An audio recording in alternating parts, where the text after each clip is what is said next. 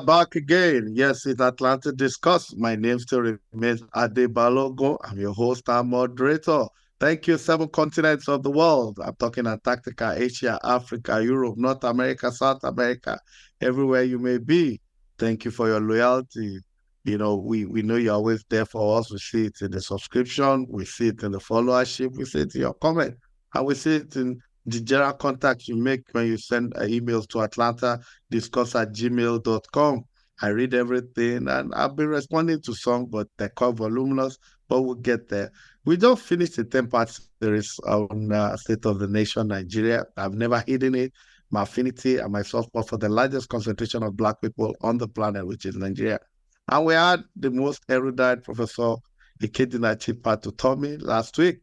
Talked about the new tribe of Nigerians, the new tribe of Africans, that we need, the non-heterocentric, non-egoistic, non-corrupt people that are extremely patriotic. I have to add that word, extremely patriotic, people that don't do it in exchange for something.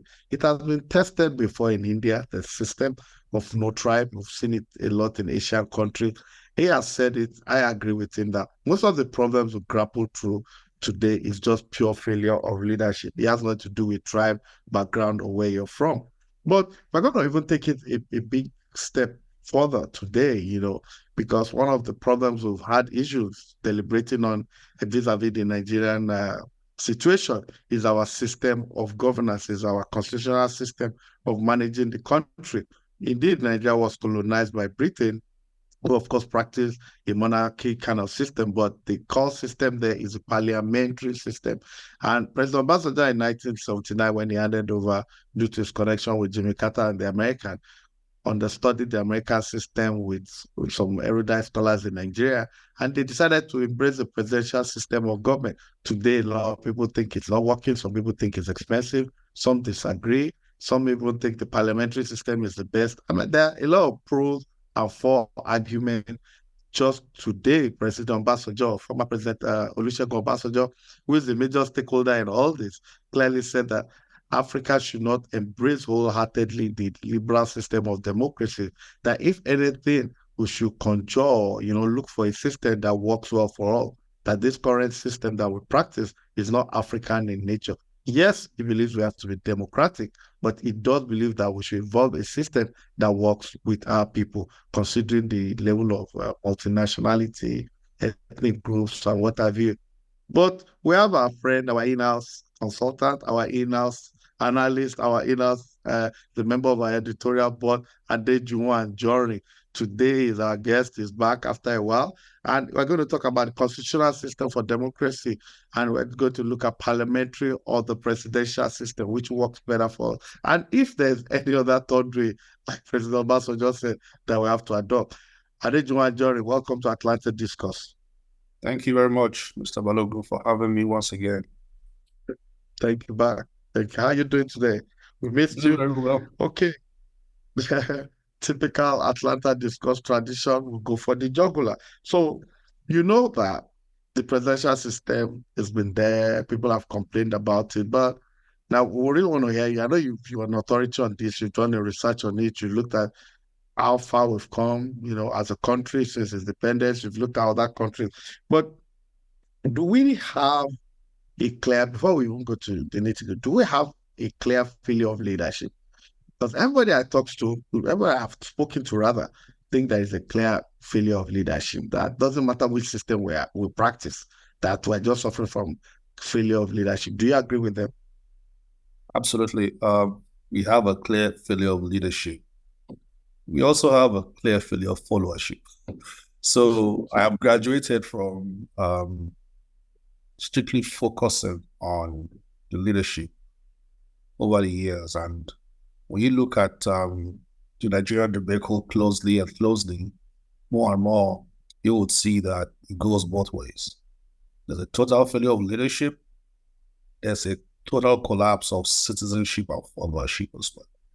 So it's both ways. I watched Professor Patutomi's interview on Arise News a couple of days ago. That's exactly what he was saying, which is what we discussed last time I was on Atlanta Discuss. A total abdication of the office of the citizen is perhaps the biggest issue that we have, even before a failure of leadership. Because when you have a system that is accountable to no one, that system is going to act as it pleases, as it chooses. And right now, Nigeria's leadership, Nigeria's political elite is accountable to no one. And they do as they please. A couple of days ago, Senator Aline Dume had an interview with Seun Okibaloye and said, when we politicians steal, we steal, it's people driven. So that is better. But let's get the death penalty for drug dealers. But for those who steal 1 billion naira, we can tolerate that. I have never seen, that's one of the most insane interviews I've ever seen in my entire life, where a sitting senator essentially condones, confirms that they steal public funds. So the reason why they can do this is because they know they're not accountable to the people. A few days before that, I saw news where the Senate President, Akpabio, put forward a plan where journalists will no longer be able to see what's going on in the National Assembly. There will be zero coverage of media in deliberations. How can a Senate come up with that if they knew that they were accountable to the people? So my point is, it's not just the leadership at this point that has failed. The people also have failed to stand in their place. And when I say the people, there are other levels of power, of influence, like the clergy. We'll never stop talking about the clergy, like traditional rulers, and anybody in any position of influence who should help the people position themselves properly. All of that has led to the collapse that we have right now in Nigeria. So how did we arrive at this? A country that got independent in 1960, even before that 1960, there was some level of self-governance at regional level. Nigeria showed so much hope, so much vibrancy. We were the beacon and hope of the black race, We had economic parity with most of the Asian tigers today, even far ahead of so many of them. So how did we become a country that abdicated, that people just abdicated like that? Because immediately after independence, there were issues in the Western region, the wet years. A lot of people were not born then, but they will have read about it. Then we had that civil war, the Biafra civil war for about almost 3 years. So, the citizenry were actually very active in how, whichever mode and manner the country was run. And even up to Shagari, we had people in Ondo State that refused the ruling party rigging a governor they did not want, And just were vibrant, they were repulsive when the need arises, they rioted and all that. The student union, very vibrant way back then, something that we do not have again. How do you think we got to this total abdication of responsibility across all strata? A big part of it is military institution. The military, gosh. Yes. Oh, wow. Yes. The military really clamped down on Nigerians for years to force their way through, and in the process, they damaged the citizenship psyche of Nigerians to the point where Nigerians were like, you know what, I'd rather live in peace with my family and just make do with what we have than engage with these people who would essentially kill you for no reason and nothing would happen. The Biafra War was also a part of it. All of this they added up to the place where by the time my generation was growing up in the 90s, I didn't see Wetye. I read about Wetye. I didn't see a lot of those revolutions. But, I think the earliest one that I saw was the Hope 93 protests when MKO's election was cancelled. And that also got clamped down by the military. MKO got killed. A lot of people had to run out of Nigeria. So when you've had that over the years, the military succeeded in barking at Nigerians into cowardice, and people just withdrew. And when the politicians came in 1999, like we discussed the last time, the people that had receded did not come forward. There was supposed to be some kind of, I don't know, like a rehabilitation that would happen or confidence building process to say, take this back, it's yours. But that didn't happen. The lacuna was created. The political class saw this lacuna, and instead of bridging it, they capitalized upon it, and because it gives them room to do whatever they want. There's no pushback. There's not much pushback. There's not much accountability. And most of them are not altruistic to begin with. Most of them are not there for good reason. So they just left it that way.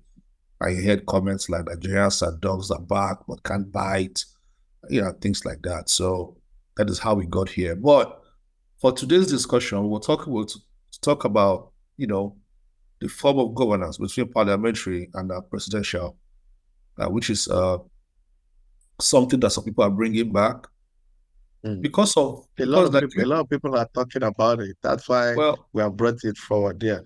But before we go into it, there's a way I structured it because I know you've done a lot of research on this. But let me put this to you: is the presidential system working? The one we practice today, is it working in Nigeria?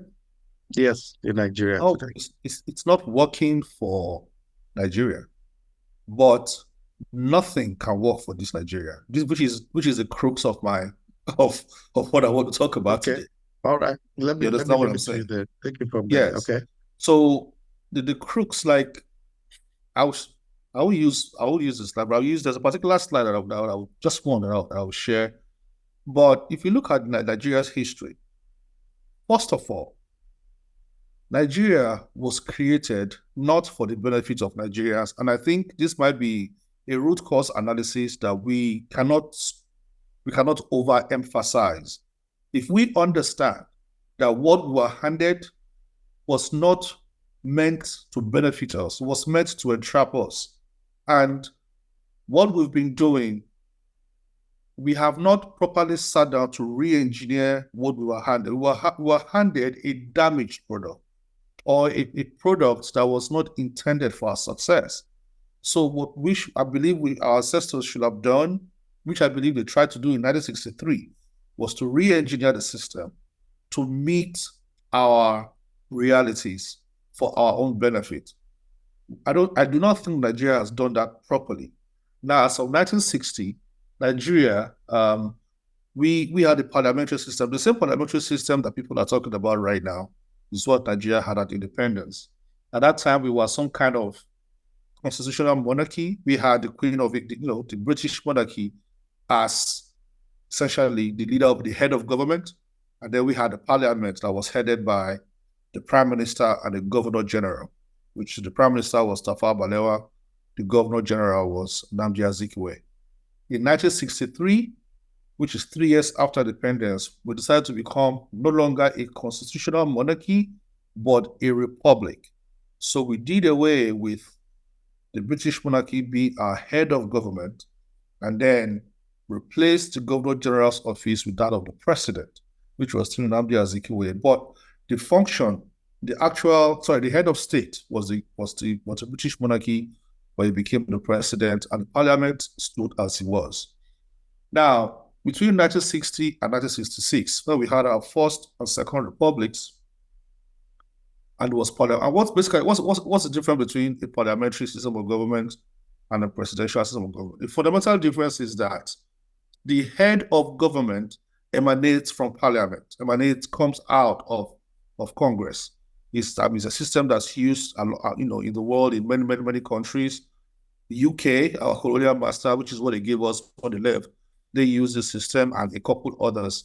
And I've done a little bit of research to see who are the guys that do this. So that use the system of government. So that is what we had. But it was not really working either. We had issues of corruption to the highest levels. We had issues of regionalism and ethnocentrism. It was unstable. It was in that time that we had the wet year problem in the Southwest. And all of that culminated into the military coup of 1966. So for those who are looking back and thinking that the parliamentary system of government worked for Nigeria at the time, it did not work for Nigeria at the time. The success that we experienced in that time was due to the structure of our government. We had regions, we had premiers of regions, and they had a high degree of autonomy on their regions to develop their regions. So there was a healthy competition between all of these regions, the North, the Southwest, Southeast, and the and Midwest. Awolowo drove it because Awolowo was such a progressive. Other regions latched onto it, and there was progress. But when you talk about the actual federal center, parliamentary or presidential, the parliamentary system didn't work for us. We had the military incursion that lasted into the 70s, and then we had essentially our second republic, which was like a presidential system. Like you pointed out, the same thinking of then, that since the parliamentary system didn't work the first time, now let us try the presidential system. Because what the presidential system does is that the people elect the president directly. The president is not elected from within parliament. The president is not a part of parliament. So Nigeria was thinking that, okay, if we get the people to choose their president directly, and there's a clear separation of powers, because in the parliamentary system, there is no clear separation of powers between the legislative and the executive, because the executive comes out of the legislative. But in the presidential system, the people vote for a president, they choose him, there's a clear separation of powers, and there will be a balance, there will be a counterbalancing act between these three arms. So we went for the presidential system. It didn't work either, Mr. Balogun. The same issues were attendant. Rife corruption, rife tribalism, instability. It lasted all of 4 years, and then the military struck again. So the same way it ended, the same way the parliamentary system ended, was the same way the presidential system ended. And now we have the fourth republic that we've had. The system of, let me show you this slide real quick, because I'm reading a popular book by Robert Kaplan. Robert D. Kaplan, in this book called The Coming Anarchy, in the chapter 2 says, the title of chapter 2 says, was democracy a moment? That's the title of the chapter. I saw this line there, this statement. It says, the nominal system of a government is less significant than the nature of the society in which it operates. This is the real issue. And that is why I am saying people that are bringing up the issue of parliamentary or presidential or monarchy or all of these forms of government that people are bringing up as a panacea to the Nigerian problem, it's basically a waste of time. It's regurgitating the same solutions that we have tried, tested, and they failed. They didn't succeed. They didn't help us. And the reason why they didn't help us is not because there's an inherent flaw in these systems of government. No, the inherent flaw is in the nature of the Nigerian society. And this is where we must pay attention to. As a country, if we want to develop the way we should, if we want to build that egalitarian society, we have to confront the brutal fact that the nature of our society is just there's no government system that's going to work successfully. As long as this level of greed is driving our political class, as long as this level of fear runs rampant among the people, as long as lawlessness pervades the system, where people know the law, even sometimes lawyers, even judges, you know the law, but you do what you want to do regardless. It doesn't matter the system of government you have. If the nature of your society is Hobbesian, it's no form of government will save you. So those who are advocating that by 2031 we should go back to the parliamentary system of government is going to help us further, is a waste of time. It's not going to help us further. What we need is to re-engineer the nature of our society, which is why what Professor Patitobi is doing, for me, is what we need to be talking about, which is why Peter Obi's candidacy caught fire within 9 months, because a large section of Nigerians know that the current nature of our society is terrible, and they are looking for a new paradigm. Peter Obi represented that paradigm. He was talking about frugality, accountability in government, a cheap, cutting down the cost of government, reducing the size of government. Mr. Zomi is here now talking about the new tribe, the mea culpa cohort, those who knew they made mistakes and they fell part of the trouble. And then the new value system, which is people who have not been in the system before, but who want to join and start a rebuilding process. That is what we need. Even with the presidential system or parliament, regardless of the system that you choose. And I'll show you quickly. Because if we're talking about parliamentary or presidential, this one will help us, that one will help us. If you look at the top 10 economies in the world, right, only 60% of them run parliamentary governments. The top two do not. You see, the US runs the presidential system. China runs a single-party state. And then you have Japan, Germany, UK, India. You have France, semi-presidential, Brazil, presidential. So you cannot say that, it's the parliamentary system of government guarantees the biggest economies. Not really. 60% is not an overwhelming majority. You look at the top 10 military powers, only half of them run the parliamentary system of government. Again, the US features, Russia, semi-presidential. In fact, the top three don't run parliamentary systems. They run different systems. Different countries evolve their own systems and structures of governance based on their context, their culture, their background, and the unique challenges that they deal with. Now, I don't want to go into this, the lowest economies, but you look at the Middle East. I wanted to focus on the Middle East a little bit. Because even democracy itself that we talk about, you look at the Middle East and all of these countries that are doing pretty well economically in the Middle East, only 20% of them actually run a parliamentary system, and a lot of them run absolute monarchies. Saudi Arabia, to all intents and purposes, is way ahead of Nigeria in terms of social stability, economic development. They are an absolute monarchy. The UAE, Dubai, Abu Dhabi, where Nigerians love to go, where a lot of our leaders even live. Atiku Abubakar used to live there, yes, where all of our celebrities love to go to have their weddings. It's an absolute monarchy. So Turkey, where everybody goes, a lot of people go to Turkey. It's a presidential system. Qatar just hosted the World Cup. It's a small country, but they're an absolute monarchy. But the reason why I went and dug deep into this to show is to go back and confirm what this guy said, that the nominal system of a government is less significant than the nature of the society in which it operates. So I think that we must understand that as Nigerians. We cannot continue to shift the buck to, it's a system of government, is this, is that. It's us. It's the choices that Nigerians have made. The leadership, to start with, the leadership, yes.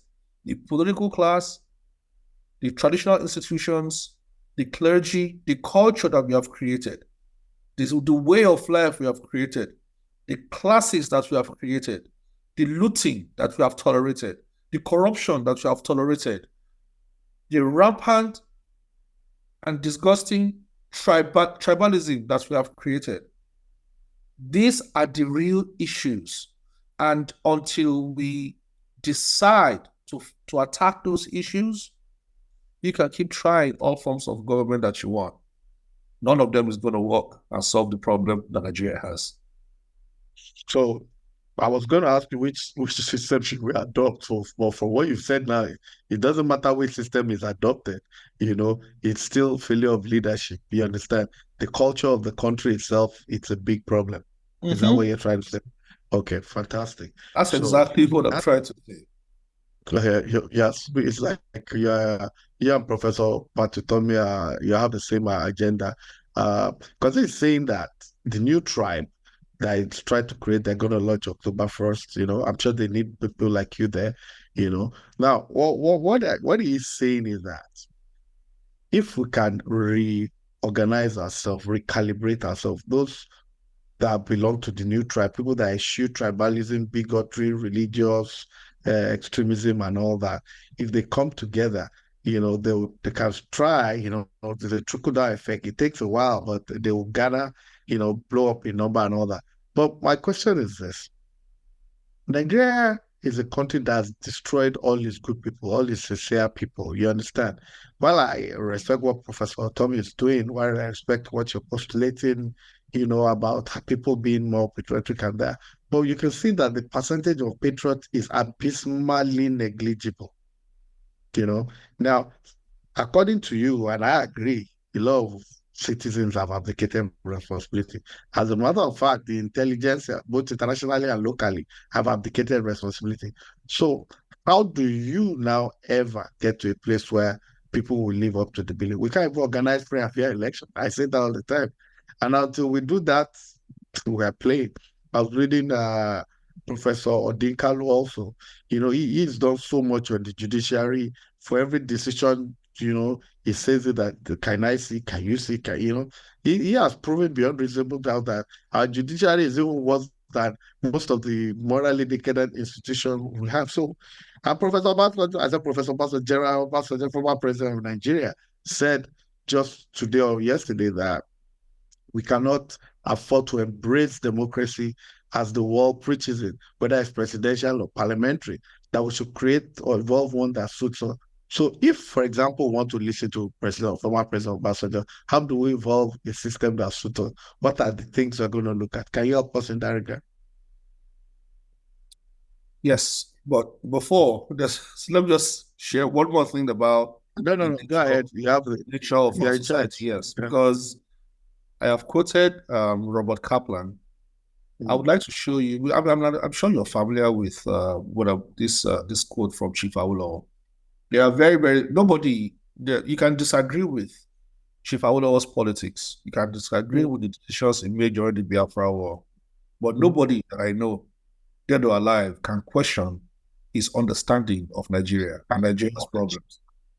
mm, And this letter he wrote in 1986, I think after he had spent, because this man has been there for before independence, he's been leading political movements.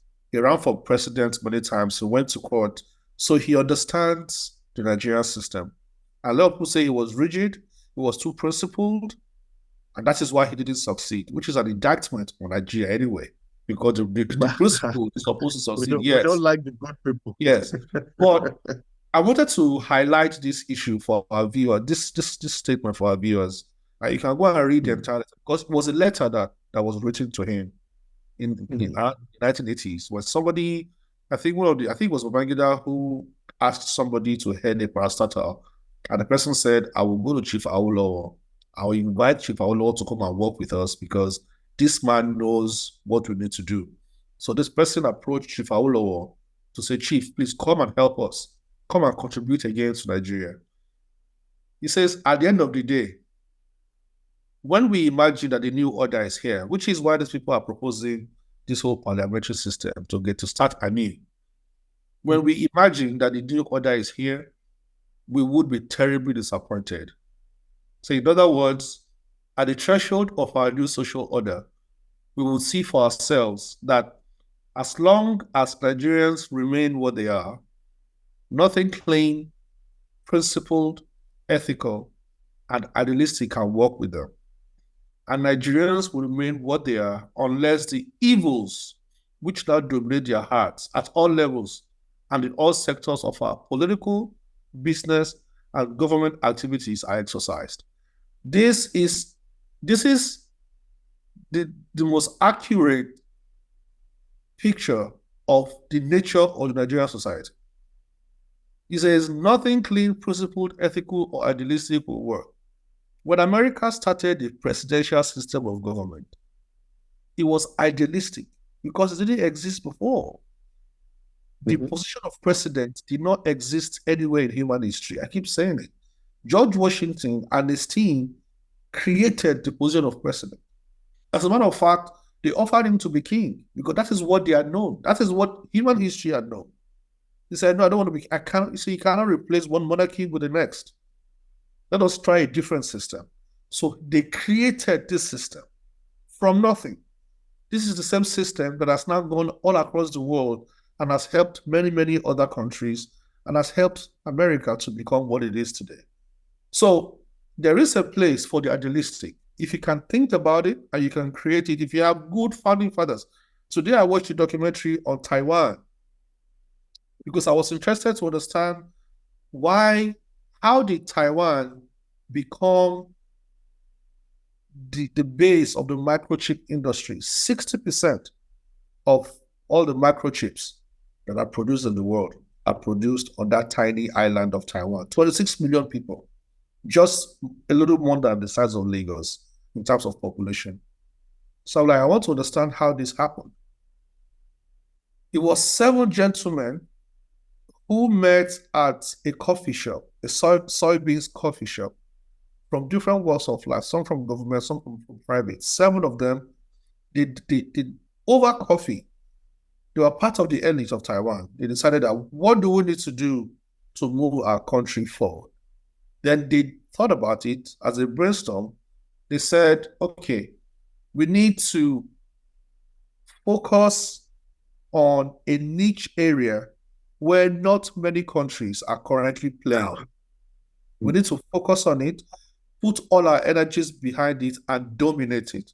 If we are able to dominate it, not only will we prosper, but then we'll be able to maintain our independence. And that is how they started. They chose the microchip industry, and today, that is what is protecting them. It is because of Taiwan's preponderance on the microchip industry that America and the West are saying, no, China, you can't take over that island. They supply us all of the microchips that we use.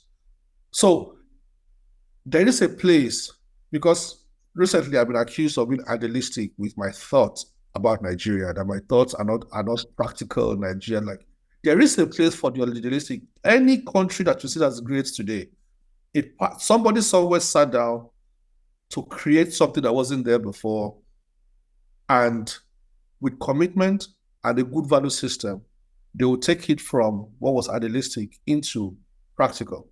So, but this is what I believe. Now, the question that you asked me was, what do we now do if to our system of governance to be able to solve the Nigeria problem? I'm fully on board with what Professor Otomi is doing. I do not see any other way. Again, I had other debates today where somebody advocated for some form of rioting, protest, like as a way of a revolution, like a violent revolution to change everything. And that can happen. It may never happen. I don't advocate for it. But what I do advocate, because Mr. Diolu, the thing is, in every society, no matter how decadent that society is or becomes, there's what they call the remnant. And at the risk of sounding spiritual here, my pastor used to talk about it. They call it the remnant. And the remnant are a group of people, usually small, who choose to rise above the perversity of their generation. That is what they are. They just choose that, okay, I will never be a part of this madness. And we have had scores of them in Nigeria. It's just that they were never able to build a critical mass. And I'm sure you know many of them. Nigerians did not follow them. Yeah, Nigerians did not follow them. Ganifa Emi, all of them. There's a lot of people like that who have sat down and said, I won't be a part of this and I'm going to try to change it. And they didn't succeed. I get that they didn't succeed. But for me, it is, if you ask me, Peter Obi is part of the remnant. I say that because as a governor, he is the one governor who has been very, very vocal about his honesty and frugality in government, and nobody has been able to indict him of anything, of stealing anything, of taking what was not his. And he served in government, he followed the law when it was schemed out, he went to court, won it back, he did what he could, and now he's championing a movement of young Nigerians who are looking for change. So he's part of that new value system that Professor Toby is talking about, that I strongly believe in, which somebody, Pastor Bakari, calls the remnant, because that's why he calls it the remnant. We need to build on that. We need to essentially preach, expand that. I was also I was studying Narendra Modi in India. Narendra Modi in India is like a cult figure now, like a cult figure. And yeah, his followership is very, very large. There are parts of his government that is part of his style that are not so great because he's heavily into his religion and all of that. But he has turned the Indian economy around. Over the past 10 years, since 2014, when he gained power till now, India has leaped forward a lot. He has inspired a generation. And what is really driving that guy? It's a new value system. He positioned himself as an anti-corrupt and honest person, working class person. His pedigree shows that. So it's worked in India. This whole new tribe thing is how Narendra Modi started. So I believe that what Professor Tomi is trying to do is the solution to our problem. We need to continue to talk to people, convert people, make people see, both people in government and people in followership, make them see that it's the looting, the stealing is futile. Because what you're looking for is financial security. What you're looking for is social security. But you're not really getting it. The more you steal, the more you loot, the more decadent, the more unstable, the more violent our country has become. Because you're weakening the institutions and empowering individuals. No country will ever succeed when you are empowering individuals at the expense of institutions.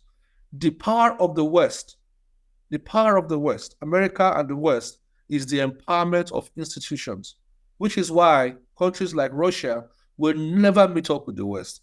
I strongly believe that, because if you look at the top 5 billionaires in America, none of them has a position in government.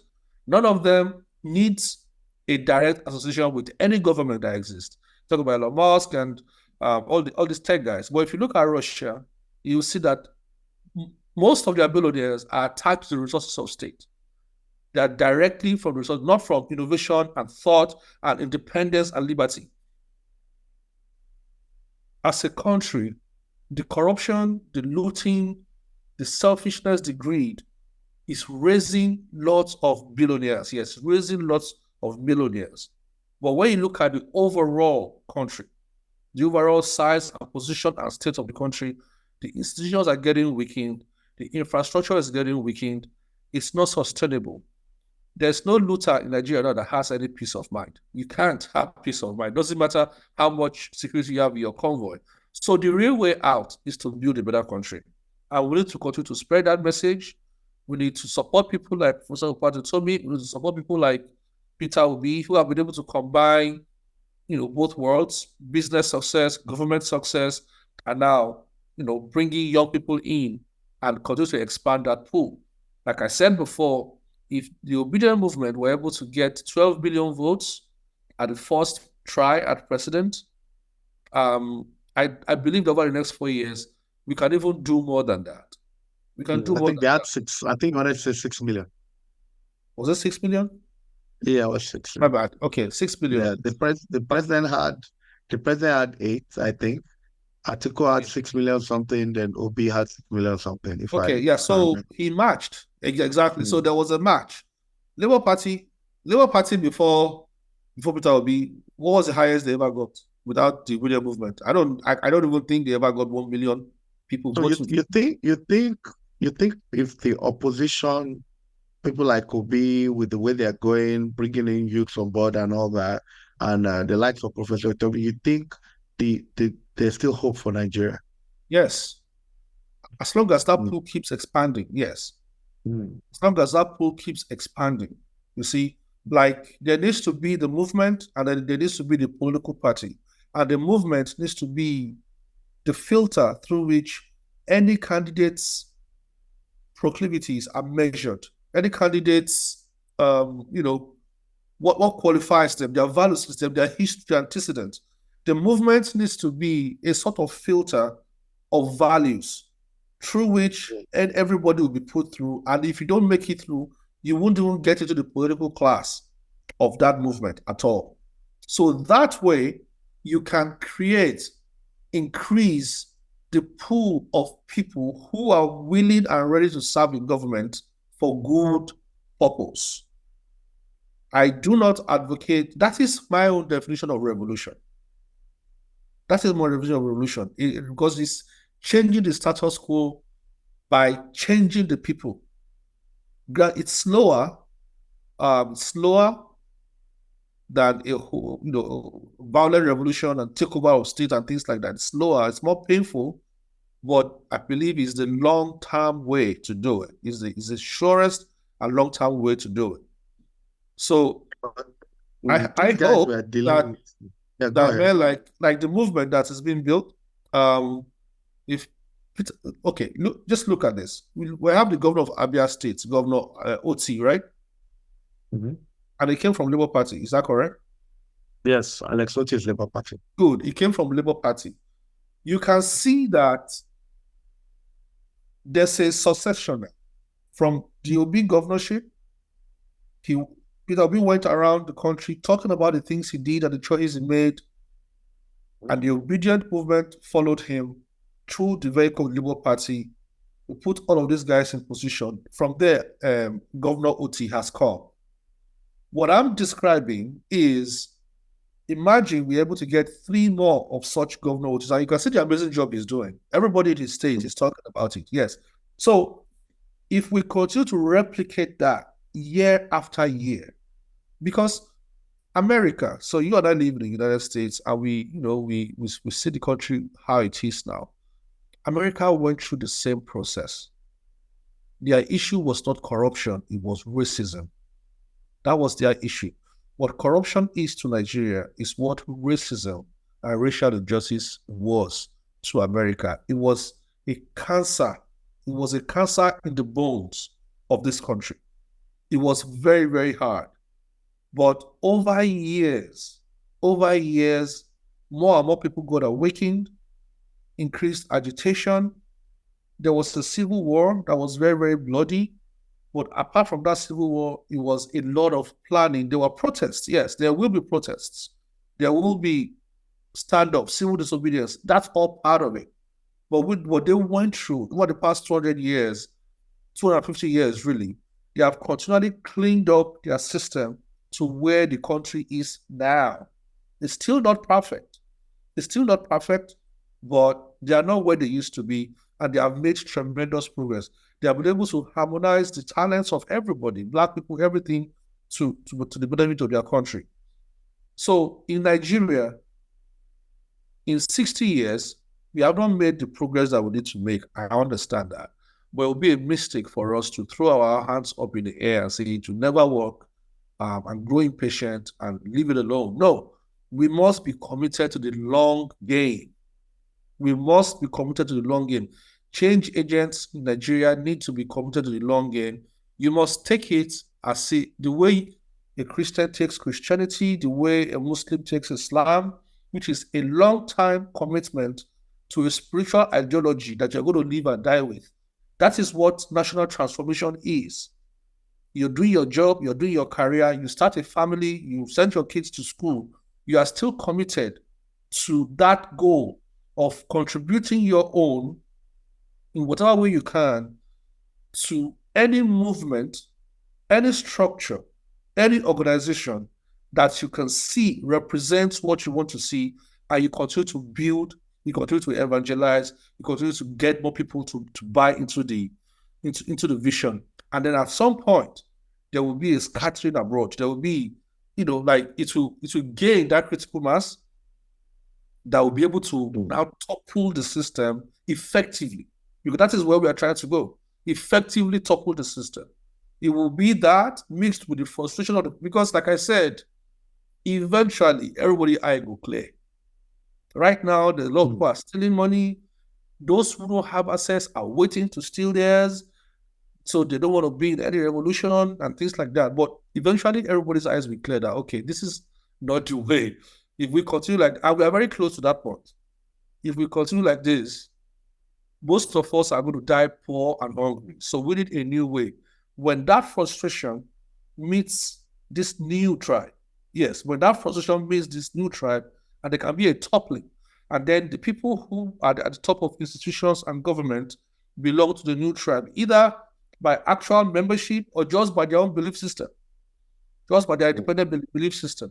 Because we should not make the mistake and think that everybody in the PDP is evil, everybody in APC is evil, everybody in any existing political party is just bad. No, no, no, no, no, no, no. The new tribe can be an organization, which Professor Pato told me is building, but it's also anybody, anywhere, in any political party, any business, who is devoted to the right values. That is what it is.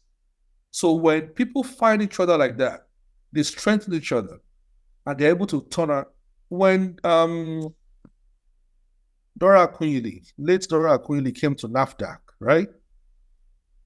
She took the country by storm. Nobody saw it come, like, wow. She was willing to go all the way.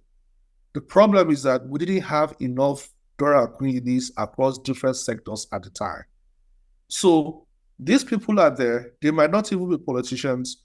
They might just be people who are doing their businesses and their career, technocrats and stuff. But they are the people that will change Nigeria.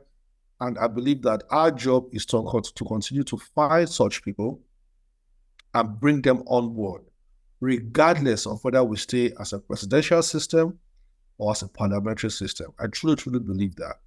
The nature of our society is a problem, not our government structure.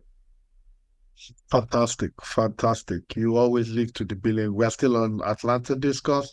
We're talking about constitutional system of government, whether we should embrace the parliamentary or the presidential system of government.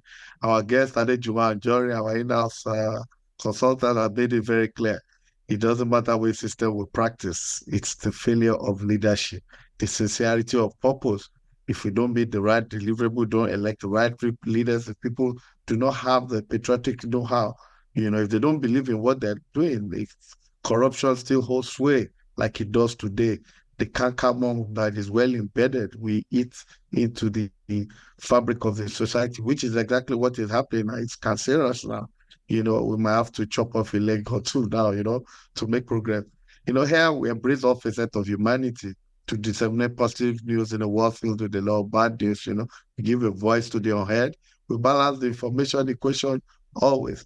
We go for the facts. That's all we do here. So some gentleman, I don't know if you know him, Jubril Samuel Okutepa, senior advocate of Nigeria, great lawyer.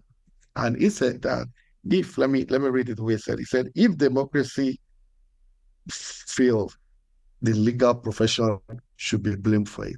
And he went further by saying the rate at which the judges are trading and selling judgment, giving injunction, that beats everybody's imagination. Do you agree with what he said? It's exactly what I'm saying. He's just saying this in a different way. So when he says the legal profession, he's saying it is the ethics, it is the practices. So it's not the law that he's talking about. It's not. I do not even believe it is the bureaucracy of the judiciary. He's talking about what a lot of lawyers are using the law to do, which eventually boils down again to the nature. You get what I'm saying? Because it is the same law that is being used to change many, many other countries. It's the same law. Nigerian law is a hodgepodge of the British law and the American law, I believe, in broadly speaking. And if both countries have been able to make progress at different paces, so why are ours going back? The reason is it's not because our lawyers are not brilliant. It's not a failure of talent. I do not believe it's a failure of the structure of the judiciary. I've watched a lot, I read a lot about the structure of the judiciary, how it needs to change, how we need to have more Supreme Courts and things like that, and there needs to be independence for the judiciary and all of that. But above that is the choices that the players in that industry have made. People have been talking about it for a long time, that election season is money season for the lawyers. The judges too collect money and give out very, very terrible decisions to the point that some judges were sanctioned by a foreign body Nigerian judges searched by foreign body. It is the nature of the society that we have built that is responsible for it. We need to do better. We need to enforce accountability. Yes, that's what it is. And yes, it's going to start from leadership in one way or the other. We need to find a way to bring in leaders who will help to clean up the system. And what do I mean by that? Whatever is required to sanitize the judiciary, a leader that can come in and put that in place. A leader that can come in and ensure that the right structure is put in place, the right salaries are put in place for these judges, because there's something driving the behavior of these judges.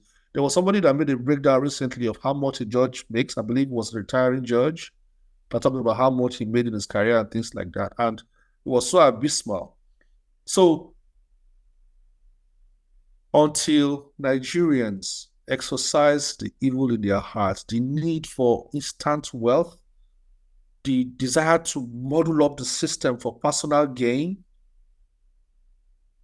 until we do that, nothing is going to change. So I do agree with the attorney Okutepa when he says, that I read that statement, but what I read from it was this is the same thing I'm saying. This is people just using their knowledge of the law to gain the system as against building the system. Because Barrister Femi Falana is a lawyer who has made a different set of choices.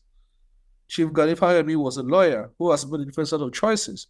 They are using their own practice of law to fight for the oppressed, to defend the rights of the vulnerable, to force governments to be accountable, which I believe should be the spirit of every lawyer. But if that is not what we have, the thing is this: any system can be corrupted if the people in it are determined to corrupt it. It doesn't matter. This is the whole crux of the matter. Be it judiciary, healthcare, education, military, it doesn't matter. As long as it is set in the heart of the majority of the players in that system to damage that system, there's nothing anybody can do. So when we fall to the place where we can fall no more, and when we are able to build a critical mass of a new tribe of people, everything rises and falls with the culture of the place. So this is what the man is saying, and I'm in total agreement with him. And I still believe that the way out is to recruit more people into the new tribe. Pastor Bakar is calling it a new breed. Pastor Bakar is calling it a new breed without breed. It's the same thing. New breed without breed. New tribe, by the Pastor President told me something about. It's a new paradigm of making choices that is not driven by greed and desperation, which is what is essentially the prevalent culture. So Professor Palizomi in his interview said that former Governor Kayode Fayemi said in a recent speech that politicians will never save Nigeria. Politicians will not save Nigeria. Citizens have to arise and take their country back. And the way that they do that is by demanding that the right thing be done, which is very, very hard to do. I understand. It's hard for somebody to bring money to you when your children need to eat, and you say, no, the right thing should be done. It sounds foreign, sounds strange, but unfortunately, there is no great country, economically, politically, militarily, that was built into greatness without these values being put in place. None. So go back to monarchy, presidential, parliamentary, single-party state, it doesn't matter.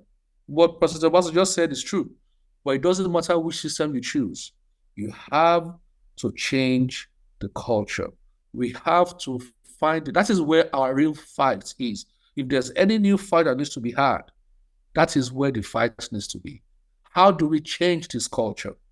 How do we raise a set of people, or how do we find them who carry a different nature to be the ones to move this system forward? That, I believe, is what we need to do in Nigeria. I agree with you, especially when you are dealing with people that believe that you must steal it, grab it, and run with it. And when you steal it, you grab it and run with it, you get the power and you don't know what to do with the power, which is the clear case of what is happening now. I mean, with the current government, actually, I wasn't expecting anything positive from them. I mean, I knew they would fail, but I didn't expect that would be this abysmal. But having said that, you know, I know even Tinubu was one that said in the past that power is not served a la carte, that you have to grab it. So I think that message even goes to the people too. That look, the people that know power is not served a la carte have now grabbed it, they've stolen it, and they are running with it, and they are not going to drop it for you for free. So you have to get it. Now, this this bothers me all the time. And like I asked Professor Otomi the last time, and this is my last question to you. I'm also going to ask you this. How come the intelligence, the Nigerian intelligence in Nigeria and in the diaspora, how did they get to a stage where they all abdicated responsibility? For example, I'll give you a very good example. When we conduct elections, it's the professors that rig for these politicians. You know, they're always the returning officers for INEC and what have you. And today, ASU is on strike. Yesterday, they were on strike. The same professors that rig for politicians, don't they know that conducting election in such abysmal and compromised fashion will not even make those politicians, you know, respect them at all.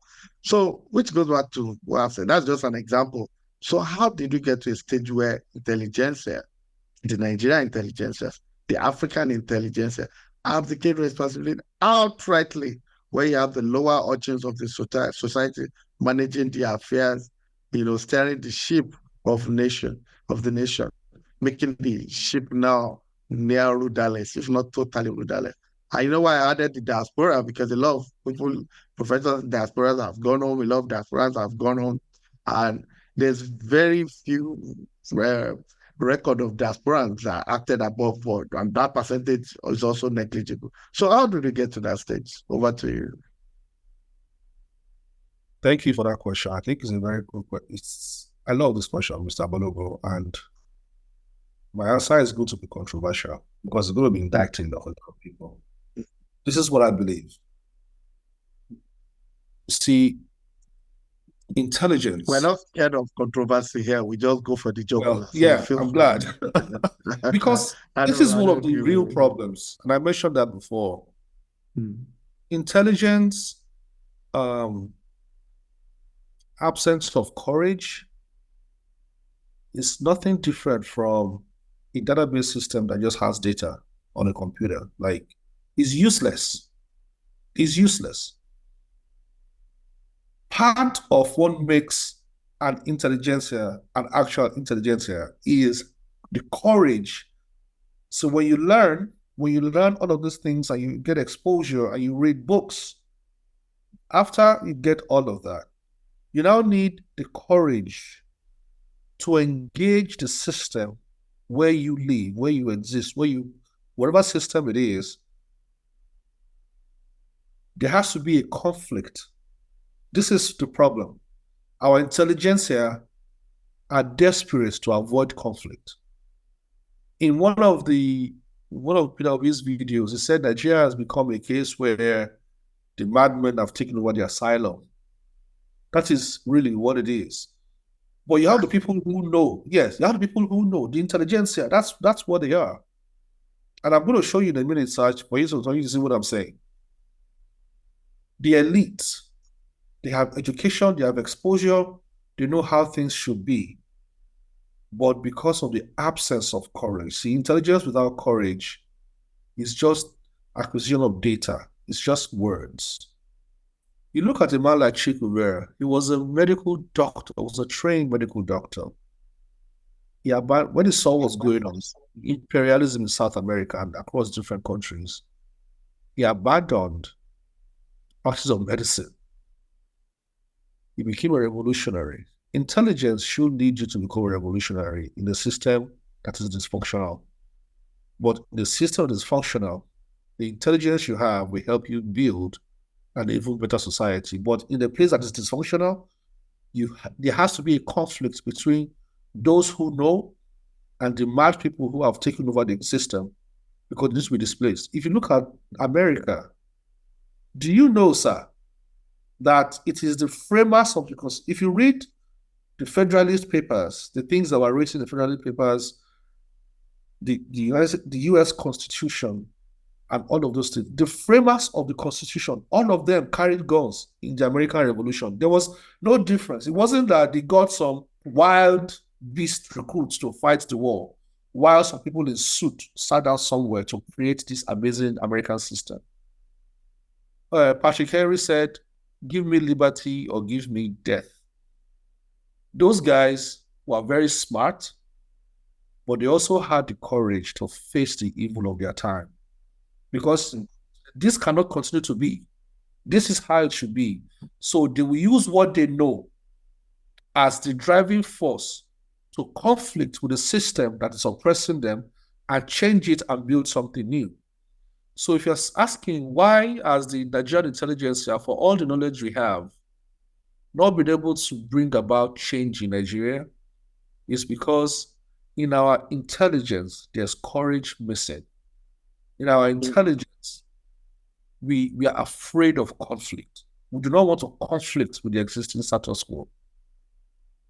And when you have that, you have a Nigeria. And what is this Nigeria? It's a country where all over the world, you find the intelligentsia shining, right? In medicine, in IT, anywhere you go in the world. But then you look at their home country, you can't see the evidence of it. Because courage is missing. You see, if you look at the Chinese diaspora, they see the amazing thing they're doing. You look at their country, you can see a match. There's a match between it. Okay, these guys are very smart. Look at their country. You look at India, the same thing. If you look at Nigeria, you don't see that. The only place you see that in Nigeria is in the arts, Afrobeats and Nollywood. You see that excellence. But do you know Indaboski, the teacher? Indaboski, Yes. Ojo Meje or something. Odumeje, yeah. So see, some people sometimes we look at them like they're charlatans, like you take them seriously. Well, he went to the UK recently, and then he came back to Nigeria, and I saw his last message. Somebody posted a clip on social media, and with the way he speaks and his English and all of that, and he was saying that nobody in Nigeria should call themselves literate. Have you seen that video? I would like to beg our viewers to watch it, because in Yoruba language we say "Dire Latin motor." This is what I see. Odumeje, he said nobody in Nigeria should call themselves literate. That everybody in Nigeria is illiterate. He says if you go to the UK, you will see where people are actually literate, because you will see a direct correlation between their knowledge and the system they have built. This is what this man is saying. Very profound knowledge. It says a lot of things that don't make that. I'll look for it. A lot of the things he says, in fact, he's like the big joke on social media. But this particular I know. This man is saying that if you go to the UK, if you go to these countries that he just visited, you see a direct correlation between their literacy and their development. So he then goes and said, if you're an engineer in Nigeria, you went to university, you see the engineering, civil engineering, but there are no roads. You're an agric engineer, there's no agriculture. I'm sorry to say, I saw electrical engineering, you don't have power. It affects all of us. And what is missing? What is missing, sir, is the courage to engage. Which is why one of my new heroes is Professor Patotomi. Let me tell you why. For the past 20 years, I've been following him since he was bank chairman at Bank PHP. And I think he retired at the time. He resigned. I read his piece in The Guardian where he talked about the elite have separated themselves from the country. They have built themselves into some kind of society and separated themselves. But eventually, the country that they have refused to build will come to break apart that little society, but he has chosen to engage the country. This was, I know it was about 20 years ago, that I'm talking about. And that man is a picture of consistency. He's the consistency he has shown, the consistency and the commitment. Because you see him join the political party, you see him even help to form a political party as a panacea to an existing system. Mm-hmm. The moment the political party that he forms deviates from his value system, he pulls out and he begins to look for an alternative. Nigerians must pay attention to Professor Patutobi. Honestly, like the consistency and the commitment of this man. It has always been relevant without holding a political position. Yes, there is consistency and commitment to the Nigeria. In fact, 4 years ago, he gave a speech where he talked about how his grandfather was shot in Asaba during this Biafra war, and how he has never really been bitter about it. And so when I started seeing the new tribe thing, and I started reading about it, it got to me. I was like, wow, this Baba has been here, man, doing the same thing, maintaining the same hope, and creating structures again and again and again. Nigerians need to pay attention to. As a matter of fact, he ran for president before. When he found Peter Obi, he put his presidential ambition behind and supported Peter Obi because he saw that this guy is better fit. Yeah, because that is a leader. That is a leader. That is a leader. That is, he goes around the world studying systems strictly for the purpose of helping to find solutions to the Nigeria problem. And then he comes back, he creates a structure. If it doesn't work, he goes back again. When I was a youth leader in one of the churches in Nigeria, I got youth, we invited him over to come and give a speech at the time. This is my own personal shout out to him for what he's doing. I strongly believe in it as the only peaceful way to change Nigeria.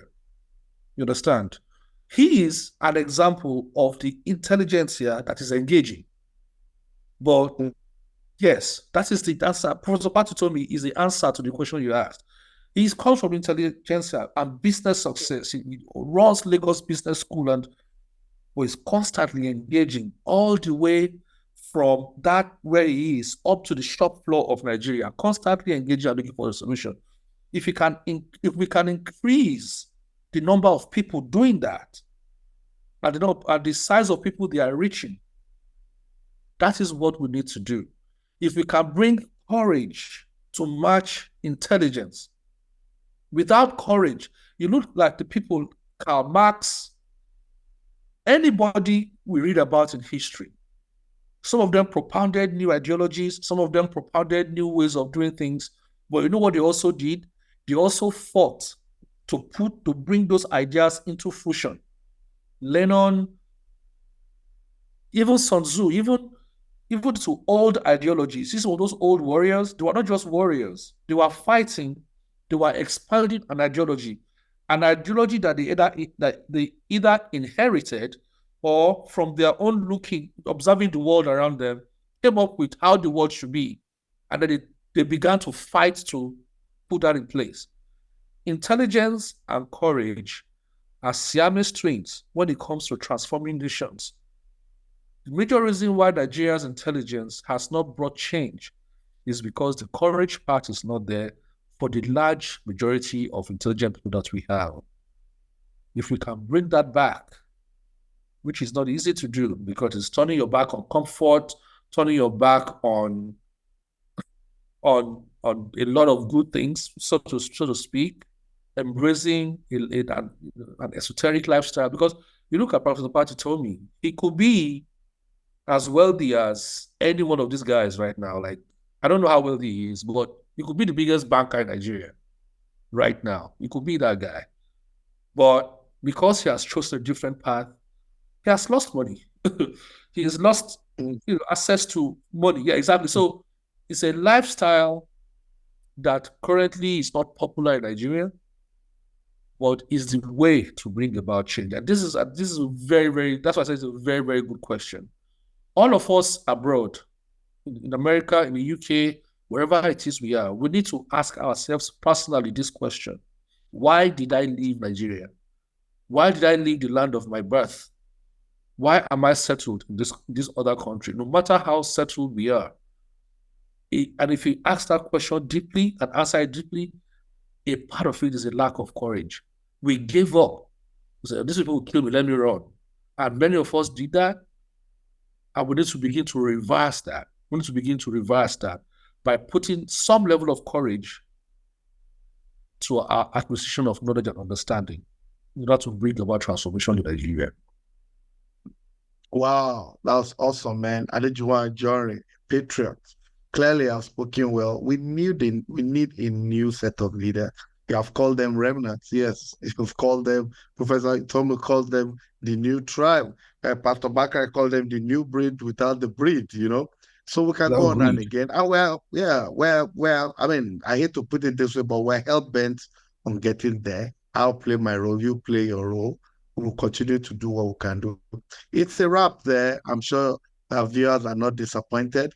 Wherever you may be, what part of the planet you are on the globe, you have listened to Adejuwon Jory. It cannot be business as usual. See you next week with another reverberating topic. Thank you. God bless you. Bye. Thank you so much. Bye-bye.